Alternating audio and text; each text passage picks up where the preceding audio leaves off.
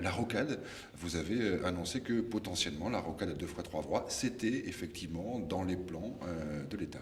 En tout cas, c'est dans la proposition que l'État apportera au moment de la négociation finale du contrat de plan État-région, l'achèvement de la mise à 2 fois 3 voies. L'achèvement, ça veut dire prolonger le chantier. À l'heure actuelle, on est à peu près à l'échangeur 12, on va aller jusqu'à l'échangeur 10 dans la programmation actuelle, ensuite de l'échangeur 10 jusqu'à l'échangeur 4 qui est au pied du pont d'Aquitaine, oui. Donc potentiellement, maintenant, c'est quoi? Ce sont aux collectivités locales de mettre... Il faut que nous discutions avec notamment la communauté urbaine de Bordeaux, puisque c'est elle qui cofinance, pour la part qu'elle peut apporter dans ce financement budgétaire.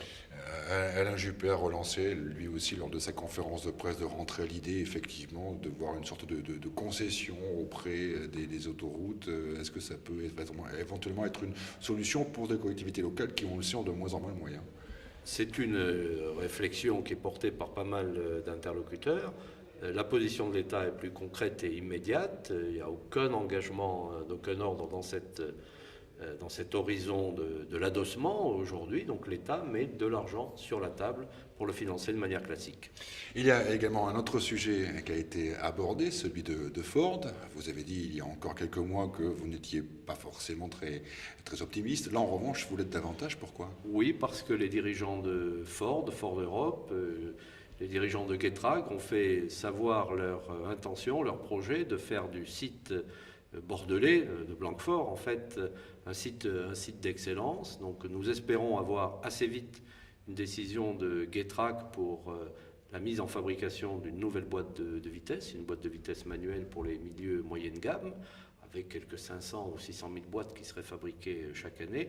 Et derrière, Ford a un projet de lancer une nouvelle boîte de vitesse automatique. Et il n'est pas exclu effectivement que le site bordelais soit retenu. C'est une décision qui sera différée dans le temps. Elle n'intervient pas avant 2016, 2017. Mais si le dossier Getrag aboutit positivement, et les indicateurs en ce moment, les signaux sont plutôt positifs en ce sens, on peut espérer derrière, effectivement, que Ford confirme son engagement sur le territoire. En tout cas, ce que je peux dire, c'est que nous mettons tout en œuvre au niveau des pouvoirs publics de l'État, en lien avec les collectivités territoriales, la région, la communauté urbaine, le département, pour essayer de faire en sorte qu'il en soit ainsi.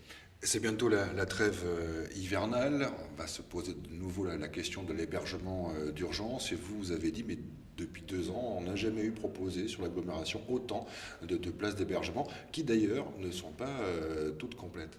Oui, je confirme. Là, on est à 600 places d'hébergement disponibles aujourd'hui. Au plus dur de l'hiver, lorsque la période est la plus tendue, on aura une capacité supérieure à 1000 places cet hiver, comme c'était le cas l'hiver dernier. C'est suffisant ? En tout cas, j'observe que la saturation ne s'est jamais constatée. Après, ça ne veut pas dire qu'il n'y a pas d'autres cas, qu'il faut traiter autrement. Il y a des cas sociaux extrêmement difficiles, il y a des cas de migrants douloureux à prendre en compte, mais on atteint là un niveau sans commune mesure avec ce qui s'est fait par le passé. Encore une question, ce sera la dernière, justement concernant tout ce qui est traitement, d'hébergement d'urgence, etc. Il y a eu beaucoup de choses qui ont été faites contre les squats dans l'agglomération bordelaise. Où est-ce qu'on en est? Est-ce qu'il y a encore beaucoup de lieux sur lesquels effectivement vous souhaitez intervenir?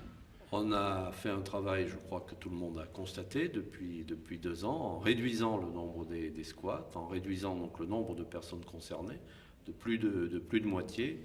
On suit encore attentivement les situations. On n'a plus de très grands squats comme ça avait été le cas à Avenue Thiers. C'était une opération très, très emblématique.